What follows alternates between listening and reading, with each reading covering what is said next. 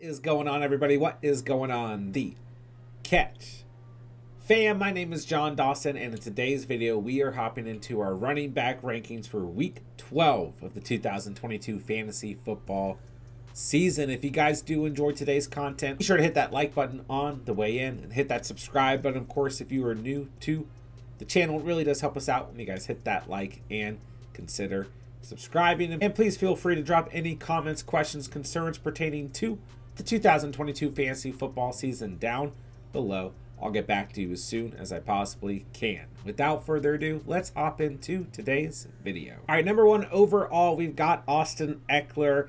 I really just can't think of a better running back in fantasy football right now who on a week in, week out basis is bringing us that pass catching upside and the almost equal upside on the ground. You know, if he doesn't get it done on the ground one week, he's getting it done through the air. If he doesn't get it done through the air, he's getting it done on the ground. Just really playing phenomenal football overall. Gets the Cardinals here in week 12. Not the best matchup on paper, not the worst matchup on paper, but does it really matter? In my opinion, it does not. At the end of the day, in week 11, 18 fantasy points against the Chiefs, 83 yards on the ground, a touchdown, 2 receptions for 17 receiving yards. Just a lock for double-digit fantasy points on a week. Ekeler gets the number one overall spot for me as we approach the week. Number two overall, we've got Derrick Henry going up against the Cincinnati Bengals. Derrick Henry is just an absolute animal. Your RB2 right now in fantasy football. I think he absolutely deserves to be ranked number 2 overall as we approach the week. Just an absolutely dominant week in week 11 against the Packers on Thursday Night Football. 25.3 fantasy points, 87 yards on the ground, a rushing touchdown, 2 receptions for 45 receiving yards, and of course he threw for a touchdown because he is Derrick Henry. He does Derrick Henry things. Not a lot to get into here, guys. Henry has been dominant all season long. I love him as we approach the week. I've got Josh Jacobs, number 3 overall, pretty high on the list, but guess what? He comes in as your RB3 on the season so far, so really it's not that high. He has just been extremely consistent since week 3 of the season, really since week 4 when he had those extremely high ceilings for 3 weeks in a row. But week 11 against the Denver Broncos, he had 19 fantasy points, 109 yards on the ground, and 51 receiving yards. He gets a beautiful matchup against the Seattle Seahawks as we approach the week. I think he's going to have another very solid performance. Next up, we've got Christian McCaffrey, who's kind of slid back to RB6 overall. We know that Eli Mitchell is going to continue to steal some touches from Christian McCaffrey, but CMC is still the lead back for the San Francisco 49ers. Not the best matchup, not the worst matchup against the Saints. Ultimately, he's still going to get a ton of receiving work and bring that PPR upside. 7 targets, 7 receptions, 67 receiving yards in week 11 for CMC. 39 yards on the ground, still netted you over 17 fantasy points in full PPR. So CMC is absolutely still a top 5 running back as we move into the week. Next up, I've got Saquon Barkley, our RB1 going into week 11. Gave us an absolute stinker. That Detroit Lions defense decided they wanted to show up and stop the run in week 11. Just 5.5 fantasy points for Barkley, 22 yards on the ground, and 13 total receiving yards. He gets the Cowboys this week, another tough matchup for him, but ultimately I do think Barkley will bounce back. He is still the heart and soul of this Giants offense. I'm not going to count Barkley out of the top 5. He still comes in as your RB5 on the season. I will still give Saquon Barkley another chance as we approach week 12. Next up, I've got Kenneth Walker. I think he's just due for a big game. He's got a good matchup against the Raiders. This defense has not looked good all season long. You know, I just like the pace that Walker has been on since week 5 with 12 or more fantasy points in every performance since week 5. He was on bye week in week 11, so not a lot to look at here other than the fact that I just think he's due for a big game and I like this matchup. All right, next up, we've got Jonathan Taylor, another double-digit fantasy performance in week 11 against the Philadelphia Eagles for JT. 16.4 fantasy points, 84 yards on the ground, a touchdown, and 10 receiving yards off of 3 receptions. He gets a pretty good matchup overall against the Steelers, so I think that JT will definitely get you double digits as we approach the week. I think he's a solid player to have in your lineups, of course. Next up, we've got Nick Chubb, who might be a little bit too low. Let's face it, realistically. He's still your RB4 as we approach week 12. But at the end of the day, it's a tough matchup, and he underwhelmed us in week 11 in a tough matchup against the Buffalo Bills. Just 9.7 fantasy points, 19 yards on the ground, and added 3 receptions for 48 receiving yards. Another tough matchup, like I said, against the Buccaneers here in week 12. So he's a little bit lower back on the list. But guys, I won't be surprised if Nick Chubb has 20 plus points, you know. And let's face it, even if he has another tough matchup this week, he gets the Houston Texans in week 13. So he is probably going to stay in the top 5 at the running back position in the next coming weeks regardless. I feel like I'm being really unfair to Nick Chubb, but I've got him 8th overall as we approach the week. Next up, I've got Dalvin Cook. He comes in as your RB12 on the season. It's a tough matchup against the New England Patriots, but I just got a good feeling about Dalvin Cook on the week. In the last 2 weeks, he's had 2 pretty tough matchups, finished with 23 points against the Bills and just 7.2 in week 11 against Dallas, but he still had 72 yards on the ground and averaged 6.5 yards per carry. And ultimately, this game just absolutely got away from the Vikings. This was a game where the Vikings were forced to throw the football. The game script was ugly for Dalvin Cook. I think it'll be a little bit better in week 12 against the Patriots, but it is a tough matchup. All right, 10 overall, we've got Joe Mixon, who kind of has an asterisk because he is in concussion protocol. We're not exactly sure if it's going to be Mixon or Samaje Perine who lines up as the RB1 in this game. But ultimately, Mixon is still your RB7, even with just bringing in 9.2 fantasy points in week 11 against the Steelers, with 20 yards on the ground and 42 receiving yards off of 3 receptions. So I still like the volume that Mixon should see. I still love this offense as a whole. But the 2 asterisks here, A, is that Mixon may not play due to being in concussion protocol, and B, this Tennessee Titans run defense is for real. So even though he is your RB7 so far on the season, he moves back a little bit in the rankings due to the tough matchup and the injury at the moment. All right, 11th overall, we've got Jeff Wilson of the Miami Dolphins squaring up against an awful Houston Texans run defense. Quite frankly, I won't be surprised if Wilson, who has 16 or more fantasy points in his last 2 starts, finishes a lot higher on the overall rankings for the week. He has a gorgeous matchup. Jeff Wilson absolutely deserves to be in your starting lineups as we approach the week. Alvin Kamara comes in as our RB12, a little underwhelming in the last 3 weeks with a ceiling of 12.9 points and a floor of 7.5 in his last 3 performances. 12.9 in week 11 was his best performance since that 42.8 performance in week 8. Ultimately, 42 yards on the ground and 47 receiving yards off of 4 receptions for Kamara in week 11, and he gets a pretty tough matchup against the 49ers defense.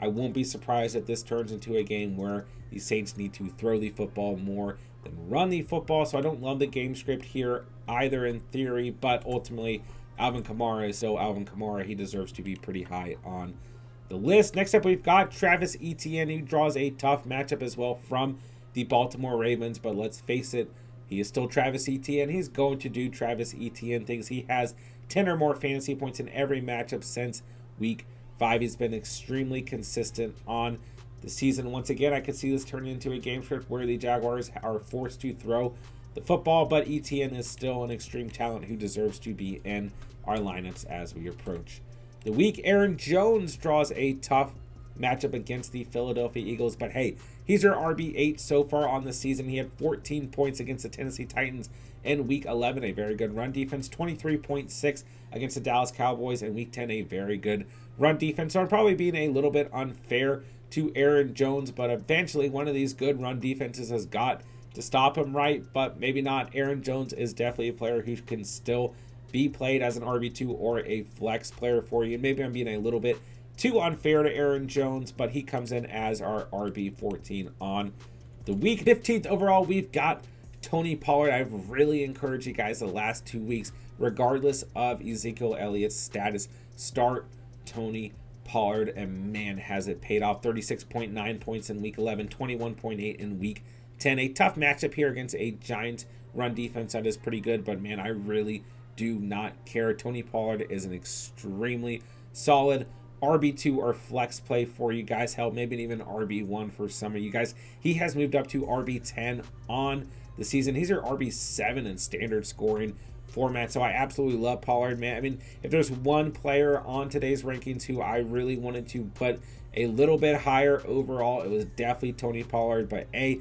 still a tough matchup against the Giants defense, and B, Ezekiel Elliott could also play in this game and still somewhat limit Tony Pollard's total ceiling, although last week Zeke did play, and Pollard still had 36.9 fantasy points, 80 yards on the ground, and 109 receiving yards off of 6 receptions. So I don't know if it really matters, man. Pollard probably should be higher at the end of the day on today's list. But let's move on to our RB16, who was Ramondre Stevenson, another running back who could definitely be ranked higher as well. He's your RB9 on the season so far. 14.2 fantasy points in week 11 against the Jets, 26 yards on the ground, 6 targets, 6 receptions, 56 receiving yards for Stevenson, who now has 12 or more fantasy points in every game this season except for weeks 1 and 2. Stevenson 110% needs to be in your guys' lineups as we approach the week. He's an extremely strong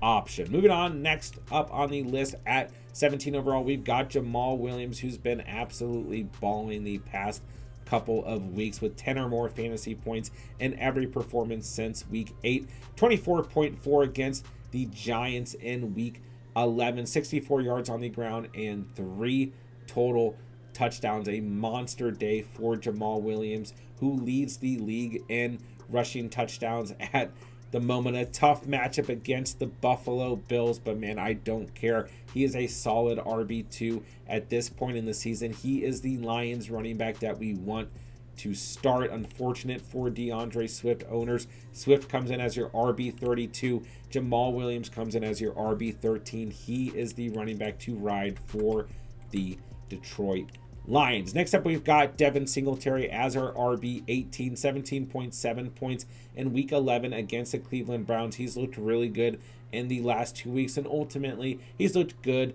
basically since week 3 of the season, although he's had, a lot of inconsistency in terms of when he's going to give us double-digit fantasy points and single-digit fantasy points. But in week 11 against the Cleveland Browns, 17.7 fantasy points, 86 yards on the ground, a touchdown, 2 receptions for 11 receiving yards. I say we continue to start Devin Singletary against a Detroit Lions defense that has not played well in the season, even if they played well in week 11. Next up, we've got Rachaad White, who gets the Cleveland Browns a very good matchup, the team that Devin Singletary just had a good week against in week 11. Rachaad White is going to be your lead back for the Tampa Bay Buccaneers. I expect double digits out of him, but I do expect Leonard Fournette to get some touches in this game as well and potentially steal some red zone touches. So Rachaad White is a little bit further back for me, but I still think he's a very solid play. Next up, we've got James Conner, who I think continues to be basically a lock for double digits on a weekly basis. Is the ceiling super high on a weekly basis? No, but I continue to start James Conner as an RB2 or a flex option for you guys. 13.4 points against the Niners in week 11, 42 yards on the ground, a touchdown, 2 receptions for 12 receiving yards. I think he'll have a better week against a Chargers run defense that has not played well this season at all in week 12. All right, moving right along. I really like this tier of running backs for the most part as we go through running backs 21 through 30. I think there's a lot of good value here. So ultimately, I've got Miles Sanders against the Packers as our RB21. Unfortunately, in the last 2 weeks, we've seen 2 game scripts for the Eagles where they have been forced to throw the football instead of closing out games and running the football in the second half, like we saw a lot more in the first half of the season, even in weeks 9 and 8 of the season. So ultimately, Sanders has not held as much value in the last 2 weeks, but I'm still a fan and a believer of Miles Sanders. But we have to look at the last 2 weeks where he has had 5.8 or less fantasy points and kind of draw him back in our total expectations. But at least 47 or more rushing yards in the last 2 weeks. He just has not scored and not gotten the extra volume in the second half of games. So he's a little bit further back on the rankings as we approach the week. Dameon Pierce is next up. Dameon Pierce had his worst game as a starter easily on the season in week 11 against the Commanders. 3.7 fantasy points, 10 touches, 8 yards, 3 targets, 2 receptions, 9 receiving yards. An ugly day for Dameon Pierce. I think he will bounce back against the Dolphins, but Ultimately, I don't see a crazy high ceiling because I believe the Texans will be playing from behind in this game. All right, Najee Harris comes up as our RB23 on the rankings. He's our RB20 so far on the season. Is Najee Harris back is something we seriously have to think about. I have told you guys Najee Harris has a very favorable playoff schedule. Go out and trade for him because he can basically get him dirt cheap. I'm not exactly sure if he's back, quote unquote, but he did have 2 touchdowns in week 11, 90 yards on the ground and 26 receiving yards after having 99 rushing yards in week 10. What we've really been missing all season long leading up to week 11 from Najee Harris is the touchdowns. Just 3 total touchdowns on the season before week 11 where he had the 2 touchdowns. I would love to see this running game get going for the Steelers as the season concludes. And yeah, I have some faith in Najee Harris. Like I said, the playoff schedule is very favorable for Najee Harris. Overall, I still think if your trade deadline is a little bit extended in your personal league, you should go out and get him, but it's probably not for a majority of you guys. At the end of the day, Harris gets the Colts. Not the best matchup, not the worst matchup on paper, but the Steelers are at least competing on a weekly basis and creating game scripts where Najee Harris should be relevant. All right, moving right along, we've got Antonio Gibson against the Falcons, a really good matchup for Gibson. You could argue he should be a little bit higher. He has just been a solid flex option the past couple of weeks and a player I have encouraged you guys to keep in the flex or as a desperate RB2. He is the running back for the Commanders who brings that PPR upside. Ultimately, in week 11, 13.3 points against the Houston Texans, 72 yards on the ground and 31 receiving yards. I think that Gibson gives us another solid stat line here in week 12. All right, next up on the list, I've got Michael Carter, who had a really disappointing week 11 against a stout New England Patriots defense, who he played pretty well against in week 8, but ultimately this game came down to the defenses, to the kickers, to Ramondre Stevenson, and to a punt return for a touchdown. This was an ugly game for the Jets offense. They should fare better against the Chicago Bears in week 12, a team that does not play well against the running back position. So I like Michael Carter as a flex option as we approach the week. All right, I've got Latavius Murray pretty high. One of our top priority waiver wire additions for the week, coming in as 25% rostered according to the Sleeper app. 17.2 fantasy points in week 11 against the Raiders, 49 yards on the ground, a touchdown, 4 receptions, 23 receiving yards, and Melvin Gordon got waived on Monday. So this is purely Latavius Murray's backfield with Chase Edmonds slated to miss time with an ankle injury. The next running back up who could pose any sort of issue is Marlon Mack. So I'm going to say Latavius Murray is the Denver Broncos RB1 against a bad Raiders run unit. Latavius Murray, absolutely an option as we approach the week. All right, I've got Gus Edwards next up on the list. Is Gus Edwards going to be the starter for the Ravens? I don't know. Is he going to be healthy? I don't know, but if he is, he gets the Jaguars. It's a pretty good matchup. He is a running back we can consider. He needs to be in the rankings somewhere, so he gets RB27. Next up, we've got David Montgomery going up against the New York Jets. He had a monster week in week 11. I really thought that Justin Fields would steal a lot more value out of Monty in week 11, so I was a little bit hesitant. And while Fields did steal a good amount of value, Montgomery got it done against a very bad Atlanta run defense. 21.1 fantasy points, 67 yards on the ground, a touchdown, and 54 receiving yards off of 3 receptions. It's a tougher matchup, without a doubt, against the New York Jets in week 12, and we don't know if Justin Fields is going to play in week 12 or not. I don't know how well the Bears are going to be able to move the football down the field and give Monty those opportunities. We know that Khalil Herbert is not going to be active for this game, so Monty is still the lead running back without a doubt on this team, but it's a tough matchup, and I'm a little concerned about that offense. So comes in as our RB29. All right, Leonard Fournette gets the Cleveland Browns. Yes, Rachaad White's the guy. He is the sheriff in town. Leonard Fournette is going to be ready to go in week 12, though. He is all healed up, dealing with that hip injury that he suffered in week 10 against Seattle. He is still your RB11 on the season. Yes, I believe in Rachaad White's season. I get it, guys.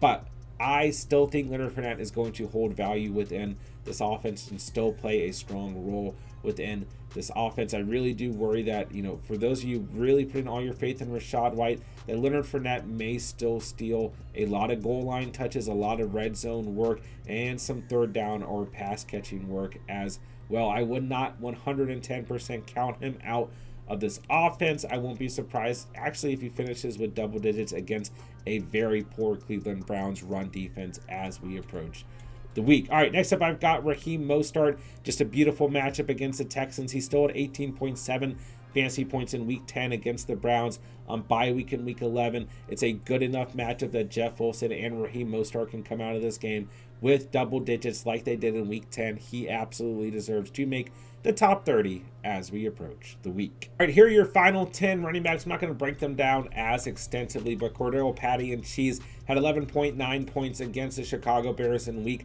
11. A little disappointing, considering the matchup. It's a much, much tougher matchup against the Commanders, so be kind of wary of Cordero Patterson as we approach the week. Next up, I've got Brian Robinson, who really disappointed in my eyes with just 5.7 fantasy points against the Texans in week 11, but he's still at 57 yards on the ground, and he draws a very good matchup once again against the Falcons here in week 12. Keep an eye in your league. Is Damien Harris available? He plays the Minnesota Vikings here in week 12, and he showed a pretty good day overall in week 11 against the Jets. 11.3 fantasy points, 65 yards on the ground, 2 receptions for 28 receiving yards. Guys, go check. Damien Harris has been dropped in a lot of leagues. I think he's good to go. I think he's fully healthy, and he's still going to play a prominent role within this offense, even if Ramondre Stevenson is the clear-cut RB1. All right, next up we got Donta Foreman, who I warned you guys about in week 11. I did not like him as a start for most of you guys if you had other options. Did not like this start against the Baltimore Ravens run defense that has looked really strong since they added Roquan Smith to that team. 2.4 points in week 11, 24 yards on the ground. That's about it. He gets another tough matchup against the Denver Broncos this week, so Donta Foreman's pretty low on the list. Another running back in this tier that I like quite a bit is Ezekiel Elliott, who's always going to be a flex option for you guys. It really does look like Tony Pollard is taking over that backfield, but don't count Zeke out. He's still at 17.7 fantasy points in week 11, 42 yards on the ground, and 2 touchdowns. But it really just felt like a game script where they wanted a running back to just finish this thing out, and Zeke was the perfect running back to do so. So he still played a prominent role throughout the game. I still have a lot of faith in Zeke. I still think he's a really solid flex option on a weekly basis, but it is a short week. It is a tough matchup against the Giants, but he is still a player to consider who could definitely finish a little bit higher overall than where I've got him ranked. Next up, we've got Isaiah Pacheco, 10.7 fantasy points, 107 yards on the ground. Looked very good. He looked very good in week 10 as well. Not the highest ceiling here. Pacheco's not getting a ton of goal line work, not really being put in positions where he's going to score touchdowns, but he is playing good football. It's a little bit of a tough matchup against the Rams, but ultimately Pacheco is a perfectly fine flex option or an RB2 if you're absolutely struggling at the position. Next up, we've got Cam Akers, who saw the most volume for the Rams in week 11, 14 touches, 61 yards on the ground. Do I like Cam Akers? No. Have the Chiefs been pretty bad against the run? Yes. Do I want you to start Cam Akers? Probably not, but he deserves to be on the list. Next up, we've got DeAndre Swift, who's just been really, truly disappointing, but he's still at 12.2 fantasy points in week 11, 20 yards on the ground, a touchdown, and 3 receptions for 12 receiving yards. But like we talked about earlier, the running back I want to start for the Lions is undoubtedly Jamal Williams, and it's a tough matchup for Swift going up against the Buffalo Bills here in week 12. Speaking of the Buffalo Bills, I've got my guy James Cook next up on the list. Showed us some pretty good work last week. 11 touches, 86 yards on the ground, 8.6 fantasy points. Gets a good matchup ultimately with the Detroit Lions this week, but Devin Singletary is still the lead back within that offense. Last on the list, our 40th running back overall, we've got James Robinson, who had just 1 point against New England in week 11. Did not get the role that we would like to see, but ultimately the running backs in this game just did not play well. It was a tough matchup. This offense looked like garbage in week 11. They should bounce back against the Chicago Bears, and this Bears defense is bad enough against the run that Robinson still squeezes into the top 40 as we approach week 12. And that'll do it for today's video. If you guys did enjoy the content today, be sure to hit that like button on the way out. Hit that subscribe button, of course, if you are new to the channel. And please feel free to drop any comments, questions, concerns pertaining to the 2022 fantasy football season down below. I'll get back to you as soon as I possibly can. With that, I'll say thank you guys so much for watching and or listening. And remember, you saw it here on The Catch.